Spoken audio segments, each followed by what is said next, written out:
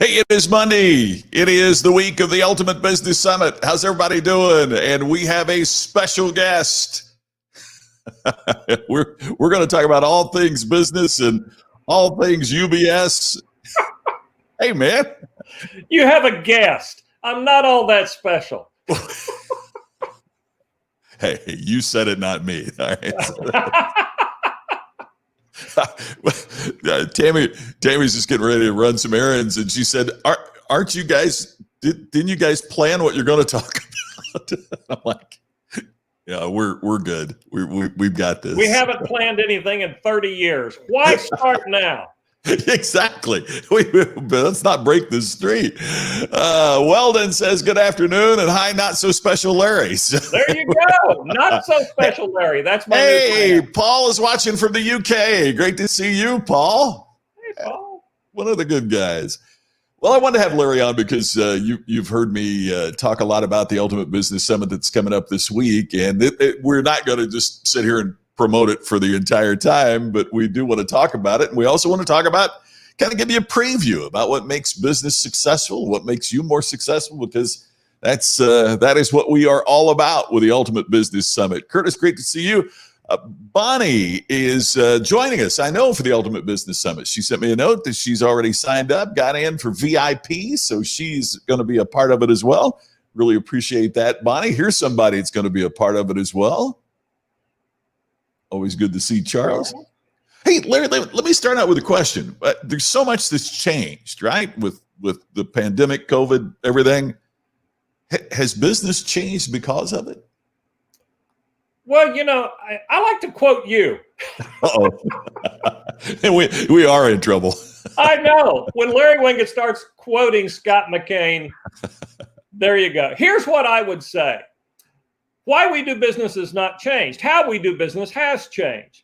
Scott, I was just preparing, and the reason I'm on here today is I was scheduled to go do a recording for a new audio program as well as for a new book I have coming up called Don't Quit Your Day Job. And I was doing some research for the book, and the research from entrepreneur.com said the number one reason businesses fail, they never are clear about the value they provide.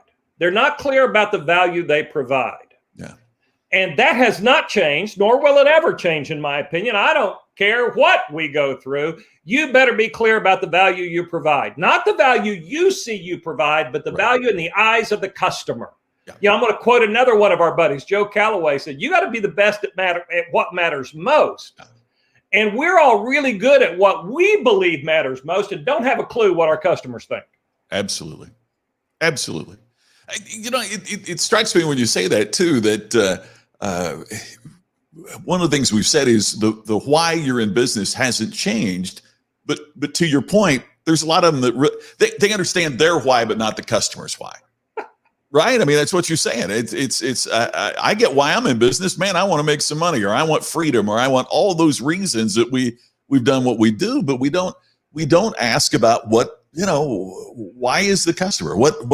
And you are so great when it comes to sales, talking about sales. And I think part of the reason is there's so much fluff out there, the 37 different closing techniques, the 18 different ways that you handle the price objection, and you get to the core of it, which is something everybody in business needs to know. I actually started out, my very first part of being in the speaking industry was as a sales trainer. Wow. And I went. Few people know that, by the way, right? I don't think there's very many people that know that. Yeah.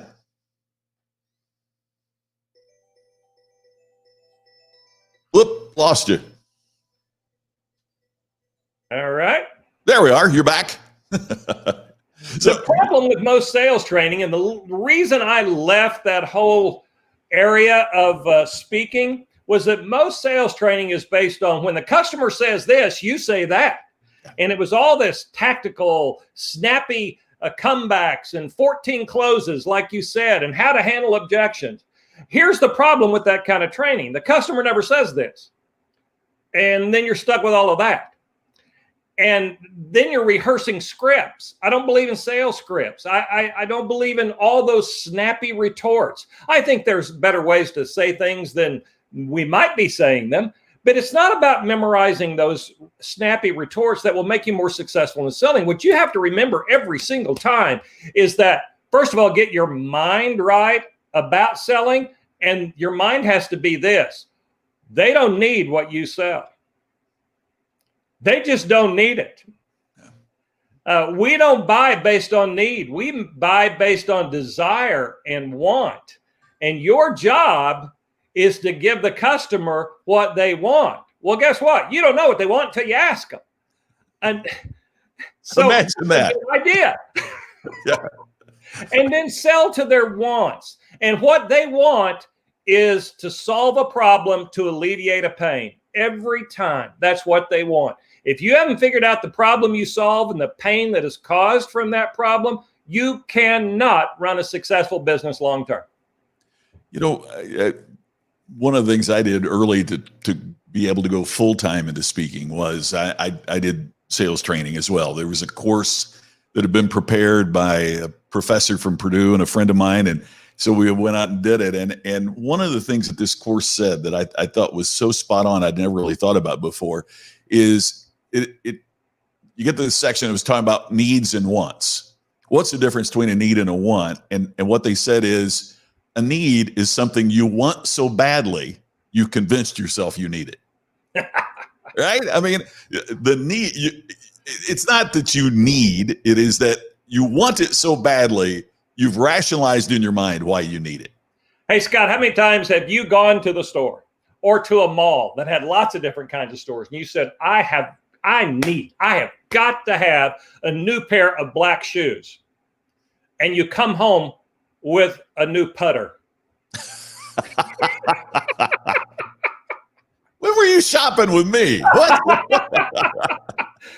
You know, we really did need the new pair of black shoes. We got something we're going to, but we wanted that putter. What won? The putter. Yeah, so true. And I mean, we see it in everything. I mean, not just business, but we see it in terms of, you know, the house that we choose, or on and on and on. I mean, it is true in every facet that, you know, think of all the things that you have that you've convinced yourself, whether it is a swimming pool or getting your backyard updated or whatever it might be. And we have folks that come to the Ultimate Business Summit, you know, that's what they do with landscaping. It is to respond to your wants. You don't need a grill. You might want it. I want it. I want it so bad I convinced myself I needed it. That's why you have salespeople, to help people figure out what their problem is, the pain it causes, what it's costing them to experience that pain, turn that into a desire or a want, and then present what they do to alleviate the pain. But it's not about your solution. Notice that there are no toilet paper salespeople. Never thought about that. You know why? We don't need toilet paper salespeople. We're going to buy it. We proved that with the pandemic. We're going to buy it. We're going to hoard it. We're going to shoot people in parking lots to get it. We're going to rob stores to get it. We're going to get the toilet paper. Oh, it's so good. That's the need. Oh, I love that. You know what, Larry, one of the other things that struck me, I was putting together the video to talk about UBS, and we had our friend Mark Poland on with a point that he made. And here is a guy, and he's coming back to UBS this year and has a successful mortgage brokerage company in Canada. Yep. And it really struck me when he said, I realized we had never created a set of core values. That's something that you talk about so much, and it's so good. Oh, by the way, Ann says, yes, if you were a toilet paper salesperson, it would be literally a crappy job. A crappy job, a poopy job. But you know, it really struck me that here is a very successful business person, but they never created a set of core values of what they're all about. Well, would you talk about core values for a little bit? Because I know that you do a better job of that than anybody. Well, I appreciate that. Every business is already running their business by their core values.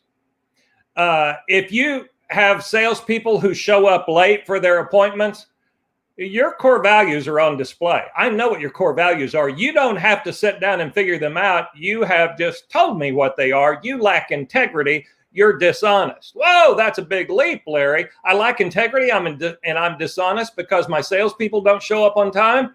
Yes. And so better to build your business around well-defined core values than to find out too late that your core values are biting you in the butt because you didn't pay attention to them. That's so good. You know, it's so true though, is that, and it kind of aligns with the talk about culture. You know, if you say, well, we don't have a culture here. No, you do. It's just unintentional, right? I mean, and the people we've got, how are we clear about who and what we are if we haven't defined from core values on who and what we are? Okay, think about going, if I told you today you had to go to the driver's license bureau, everybody in their mind goes, oh my God, no. We know clearly what the experience will be like. Why? We've been there before. Their values are on display. We have experienced their values. Now, people are saying the very same thing about you, Scott. They're saying it about me because they've worked with us. They've watched us on video. They've done business with us. They bought a book. Our values are always on display. We have got to be conscious of that when we are running our businesses and drive it down through every single employee, that they understand the values that we really hold dear: honesty, integrity, kindness, appreciation. All of those things show up in how we treat each other, how we talk about our competitors, how we show up for our appointments, when we show up for our appointments, the follow-up we give. Our values are always on display. As you said, typically, though, they're an afterthought. And we are only trying to eat our core values word by word as a result of giving someone crappy customer service. I got to piggyback on that because one of the things I've talked about before is the longest in Indiana that I ever spent at the Bureau of Motor Vehicles was 9 minutes. Because the then governor of Indiana, Mitch Daniels, says, you know, he's a business person first. And he said, there's no excuse for this. And totally streamlined it. Gave incentive pay based upon customer satisfaction scores. And so the customer satisfaction of the Bureau of Motor Vehicles in Indiana is 90+%. Wow. And what I said is taxpayers in every other state should say the only reason we don't have it is because we've chosen not to. You allow that crap to go on at BMVs because here's proof it doesn't have to be that way. And to your point, I mean, the values are on display that we don't care about how long you have to wait. We don't care about how it's treated. And it's proven because it doesn't have to be that way. There's another state that's doing it in the right way. And one good leader changed it all. Yeah. One good leader who understood that these are our values. It's not about waiting more than 9 minutes on your driver's license or your tag or anything. It's not about that. It's about our values as a state. My values as the leader of that state, those are all on display. That's the point we have to get to in running our small businesses. I don't care whether you're a solopreneur or not.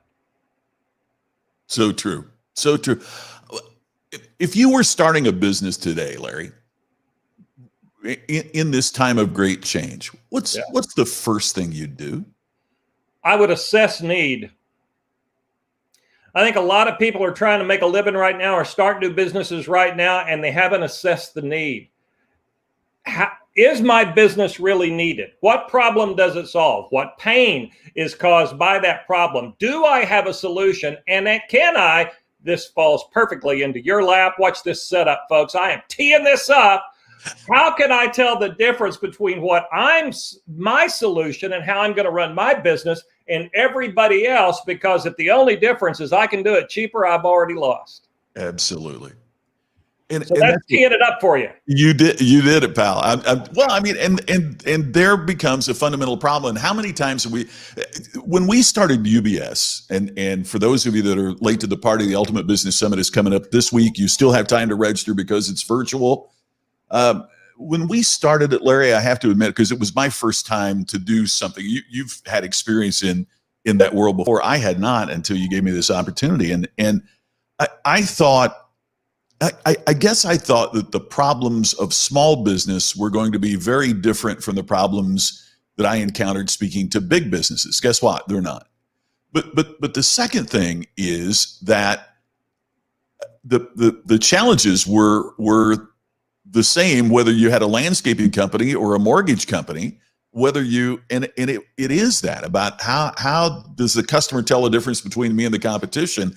And for most business owners. And yeah, I mean, most, they don't get that, back to your point, Larry, from the customer's perspective. Oh, what makes us different is our logo is red. They can tell we're right.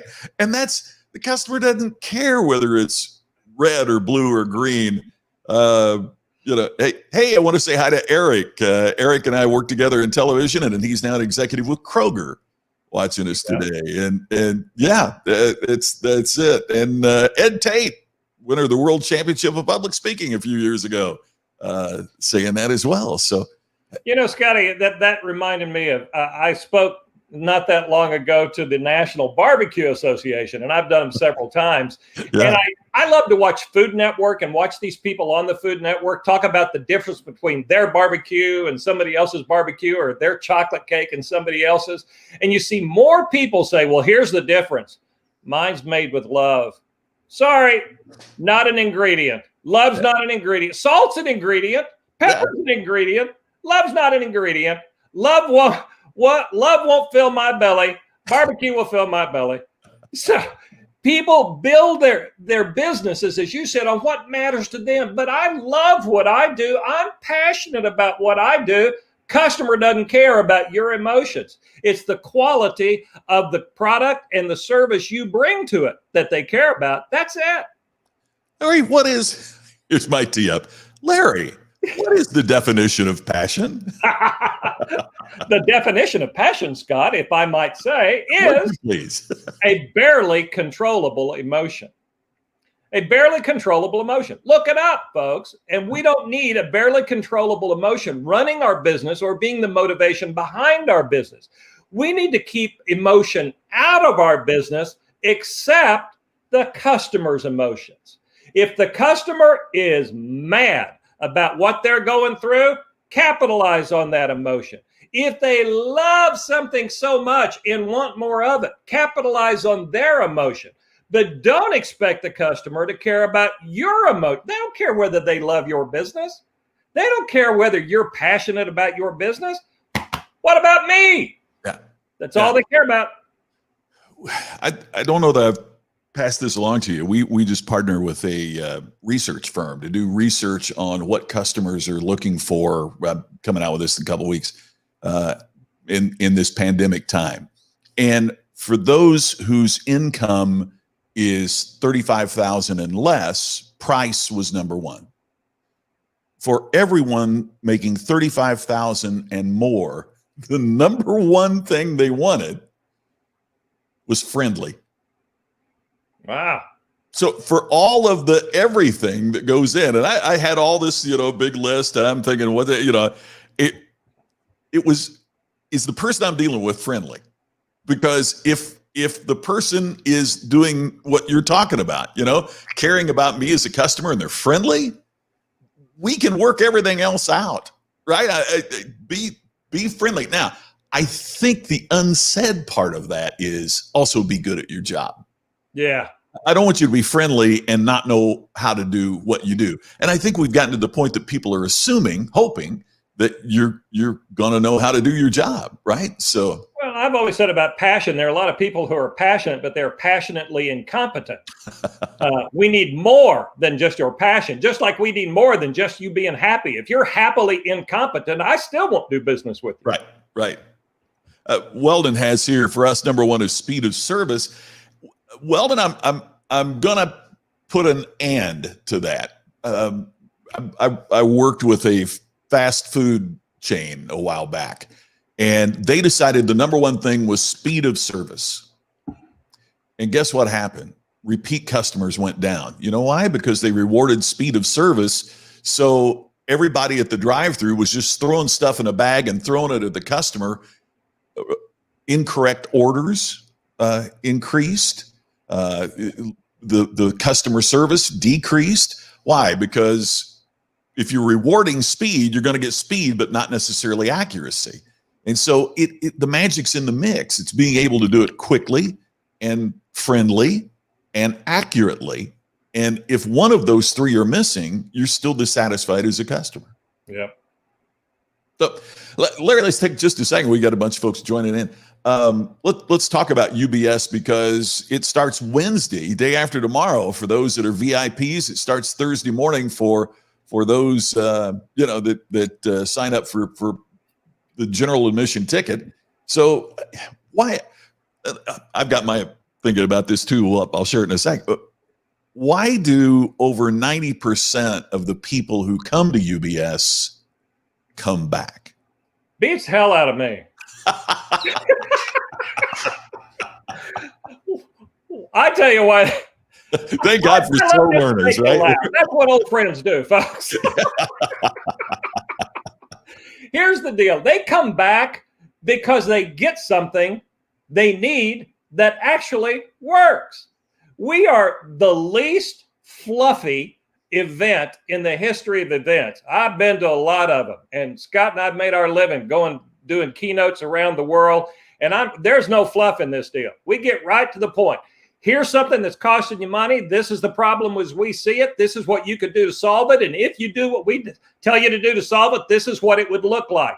We don't spare any words in doing that. We get right to the meat of the issue. What I like about what we do, and others must too, because that's why they come back, is they always get something that feeds them. If they didn't, they wouldn't come back. Right. Well, yeah, you nailed it. Because at the end of the day, I mean, nobody is going to say, gosh, I was really disappointed with that event. I think I'll give them 3 more chances. I mean, if you're disappointed with the event, you don't come back. And we've mentioned before, this is our last one. And I've heard from so many people that have said, oh man, I got to get to that maybe next year. Well, next year is now, because there's not going to be another one. Larry, I've said here before, this is not the Cher farewell tour where, next year we do another one and say, we really mean it this time. This is the last one, and it is virtual. So you don't have to buy a plane ticket to come to Vegas. You don't have to get a hotel for 3 nights. You don't have to spend money on meals and everything else. And it's under $100 when you use the coupon code. So I can't figure out why anybody wouldn't. Weldon is sorry that this is the last one, but I'm really glad you're going to be a part of this one, Weldon. Thank you for being there. People, I had somebody write me this week and say I can only attend on Thursday. You'll get your $100 worth. I promise you, you'll get your $100 worth. Don't worry about how long you could attend. How many good ideas does it take to make a big difference in your personal life or in your business? How many good ideas? The problem is people say, well, I only got about 10. Well, chances are you aren't going to do the one. Yeah. So why are you complaining? Come and get one good idea that you're willing to walk away and implement immediately. And one good idea is worth well more than the $97 it's going to cost them. However, they ought to buy the VIP ticket, have a drink with us the night before, stay when it's over the first day, at the end of the first day, and have a little breakdown session, get the 3 bonuses. You ought to go for the VIP, but if you can't, $97. I have been astounded. Maybe I'm going behind the curtain here a little bit too much, but I've been astounded. Typically at an event like this, there might be 10 to 15% that do the VIP program. And our numbers are crazy on the VIP. Most people, we're over half, are doing the VIP. And I think in part because they get the video, they can go back and study it. Larry and I share our deep and sincere admiration for Jim Rohn. And I was taking my walk yesterday morning, and Jim Rohn, I was listening as I was walking, and he was telling the story about the combination lock. It might not, you don't need 4 new numbers. You just need that one number that can make the lock work. That one number that the tumblers fall into place and everything opens up. And I think that's one of the things about UBS. You might get that one idea that is what makes the lock open for you and opens the opportunities and that the one good, right. Well, then the one good takeaway. And by the way, Larry, I don't know if you saw Charles talking about the people return because they understand the value exceeds the investment. And isn't that the point of anything? I mean, that's what value is, that the money that we spend, it's returned to us at a higher level. That's the definition of value. Exactly. And so it really is, as Charles said, it is an investment. An investment is something that yields more than you put in. And the yield on this would be far above, especially when you consider I think the coolest thing about us doing this from day one is you get 3 unique perspectives who don't always agree. You get Randy Pennington. Yes, we do. No, we do. You get Randy Pennington, who is truly the guy when it comes to talking about culture and how to create the right culture. You get Scott around creating distinction. You get me around core values and selling. This year, you do get a bonus. You get the great Joe Calloway, be the best at what matters most. I quoted him earlier, becoming a category of 1. You're going to get Lisa Ford, who, without a doubt, when you think of the customer service in the speaking industry, she's top of the list every single time. Lisa Ford. And you get Mark Sanborn. And Mark Sanborn has had the #1 leadership blog in the country for several years. Truly has sold a couple of million copies of the Fred Factor. If you do the VIP, you get Simon Bailey at lunch. It's going to be a great event. And for $97. Larry, for those that might not be attending, I've got to ask, what do you think is the biggest problem with business now that's going on? We see so much challenge, so much change. What do you think the biggest challenge is that people are facing right now in terms of business? Overreacting. I think I think a lot of businesses are in a tailspin, and it goes back to running your business by emotion. And when you run your business by emotion and you see the world crashing all around you, you go into this tailspin and you're trying anything and everything and lowering your prices. Lowering your price never builds trust, by the way, folks. It actually does exactly the opposite. So we're doing all these ridiculous things in a mad scramble to survive. And you do need to circle the wagons and figure out how to survive, but you won't do it when you're emotionally in a tailspin. Stop. Take a deep breath. Look at your business plan. If you don't have one, that's a clue. Write down a strategy that you can then implement. But don't let your emotions get ahead of your common sense or in front of the value you provide. Look who's watching. Hey! We always agree. That's my story, and I'm sticking to it. I love it. Hey, Randy, this was Scotty called me at 15 minutes till since I was bragging about how my day canceled. Said, hop on. Yeah. Since your day canceled, I've got just the spot for you. So, Scott, yeah, it is an incredible lineup this year. Uncertainty and overreaction. Yep, absolutely. Larry, we're just about out of time, but I want to just make sure that everybody knows that they can still sign up. If you sign up for VIP, you get to come to our reception on Wednesday, kind of kick things off, an introduction with Randy and Larry and myself. Then Thursday morning, it is the official beginning of UBS. We run all day Thursday. We run half plus day Friday. And if you sign up for the VIP program, there's even a special wrap-up session, special luncheon. You get the videos, transcript, just a lot of great things. We would love to see you there. You can take $100 off with the coupon code Scott. You could probably also take $100 off with the coupon code Larry, and $100 off with the coupon code Randy. That was clever of us, wasn't it, folks? Yes. Can I take the morning off? No. No. So any final thoughts, Larry, about the Ultimate Business Summit and why people ought to be a part of it? If you want a fluff-free event where you'll walk away with some actionable ideas, simple actionable ideas that you can implement immediately to maybe get you back on course, to maybe make you not as emotional and in a tailspin, and so you're overreacting. So you can just say, I got something I can go do. And I think that's what people want right now. They'll take a breath and say, I've got something I can go do to immediately start to see a change. This is where you ought to be. Part of what I find so compelling about it, and obviously I'm prejudiced, but Larry, you and I and Randy as well, we all kind of, we grew up, we did not have the silver spoon in our mouth. Our parents worked hard. You had a spoon? I had a stick. And I had to go fetch it. But we have made our living speaking to the major corporations of the world. Yep. And part of what I love about this is the privilege of getting together small business and entrepreneurs.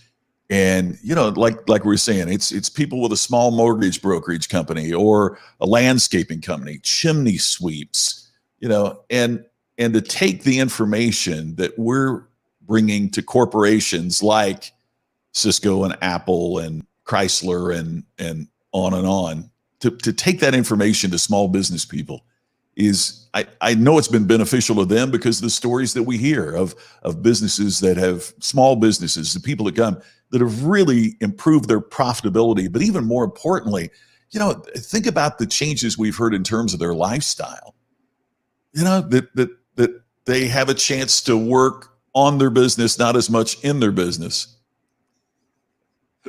Can you see that comment? Callaway used a stick. Yep. I mean, that's to me that is the great privilege of UBS, is to take that information and help small business with the kind of information that big corporations have disseminated for so long. I agree. And you get Joe Callaway using a stick if you come. Can't beat it with a stick. That's what we're doing at UBS. Larry, thanks. I appreciate it so much. It was such short notice, but I appreciate you spending time here today. Thank you. Always good to talk to a buddy. Always. Appreciate it, man. Thanks to Larry for taking time to join us, and I'll look forward to talking to you again tomorrow. By the way, remember, there is no daily distinction on Thursday or Friday because of UBS, so make sure that you're there. It's ultimatebusinesssummit.com. Love for you to sign up. I'll see you tomorrow on Daily Distinction. Thanks, Larry.